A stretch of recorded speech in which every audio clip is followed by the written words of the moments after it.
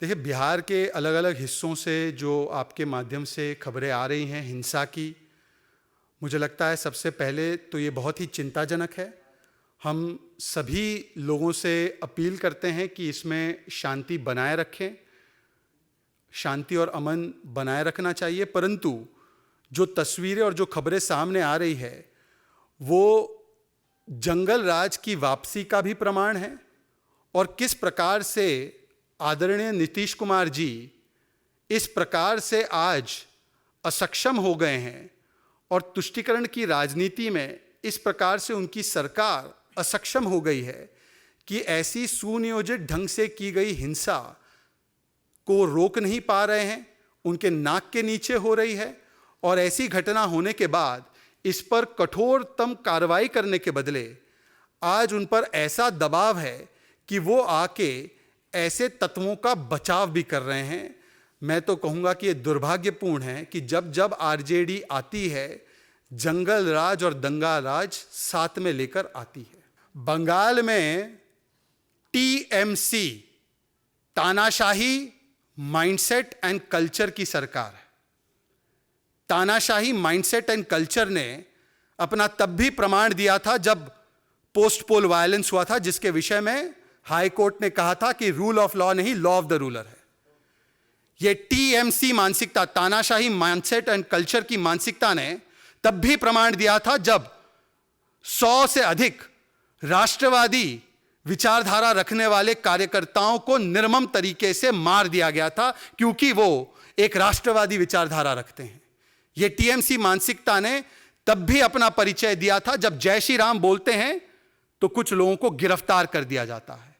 यह टीएमसी मानसिकता ने तब भी अपना परिचय दिया था जब एक प्रोफेसर महज एक कार्टून लगाते हैं अपने फेसबुक पर तो उनको 10-10 साल तक कोर्ट के केस झेलना पड़ता है।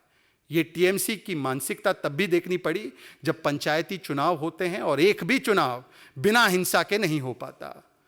यह टीएमसी अर्थात तुष्टीकरण वाली मानसिकता एंड कल्चर, तानाशाही वाली मानसिकता एंड कल्चर का ये सीधा सीधा प्रमाण एक बार फिर से दिखाई दे रहा है।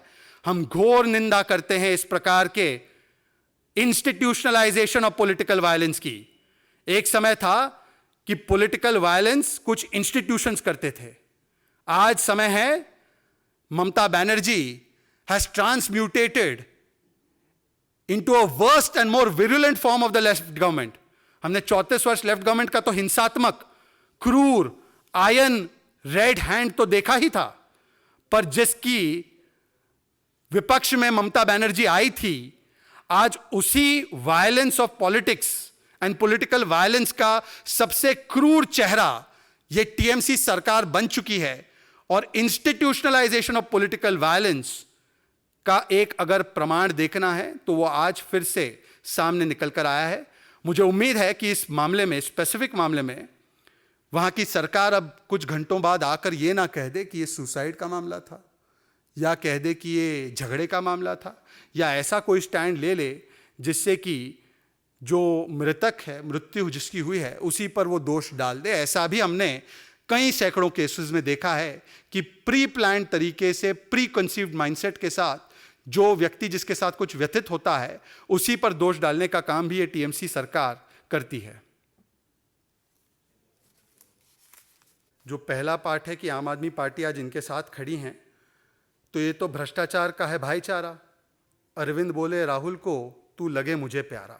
बताइए, जो जर्नी शुरू हुई थी इंडिया अगेंस्ट करप्शन के नाम पर अन्ना हजारे के अनुयायी बन के, आज वो आ चुकी है जेएफसी पर, from IAC to JFC. JFC means justification for corruption. IAC में अन्ना जी के अंतर्गत काम करते थे, जेएफसी में आजकल ये लोग लालू और राहुल के नीचे काम करते हैं। तो ये आईएसी से जेएफसी की सियासी धर्मांतरण यात्रा, मैं इसको कहता हूँ, पॉलिटिकल कन्वर्जन यात्रा की है।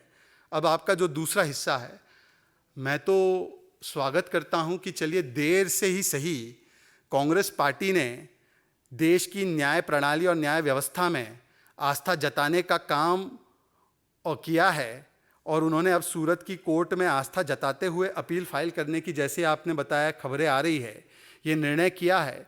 तो ये तो स्वागत योग्य है कि कल तक काले कपड़े पहनकर काले कारनामे करने वाले, काली मंशा वाले ओबीसी समाज का अपमान करने पर गर्व महसूस करते हुए कोर्ट के खिलाफ जो दुराग्रह कर रहे थे, आज इस कोर्ट और न्याय प्रणाली के प्रति ये काले कपड़े पहनकर काली मंशा वालों की सफ़ेद मन वाली आस्था जगी है, तो इसका मैं स्वागत करता हूँ। हाँ, पर एक सवाल मन में उत्पन्न होता है कि ऐसी क्या बात रही कि कुछ केसेस में तो चंद घंटों में ये पहुँच जाते हैं कोर्ट के पास, और कुछ केसेस जब ये स्वयं कहते हैं इनका सर्वोच्च नेता है तो उसमें इतने दिन लगे।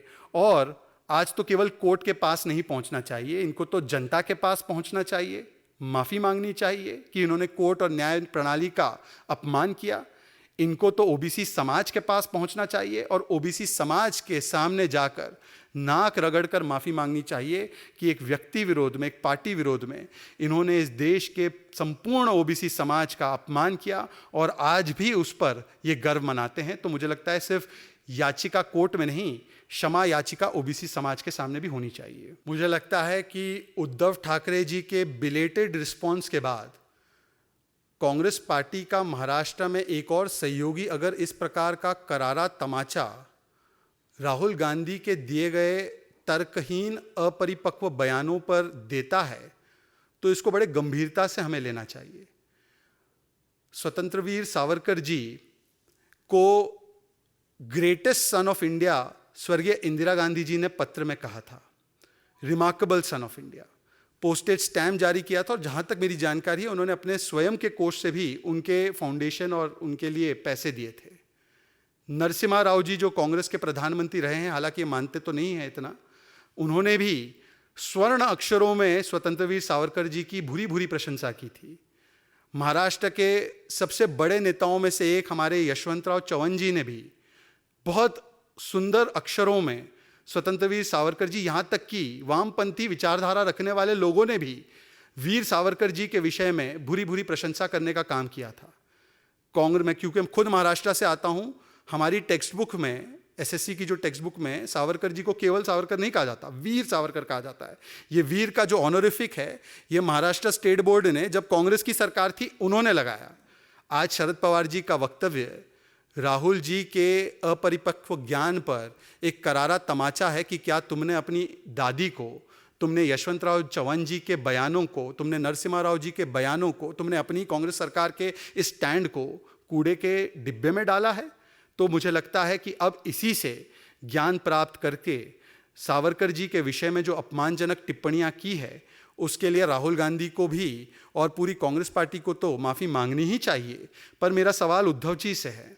उद्धव जी ने एक बार स्टैंड लिया था कि यदि सावरकर जी पर कोई भी इस प्रकार की टिप्पणी करता है तो वो उनके साथ क्या हश्र करेंगे। वो वीडियो वायरल है।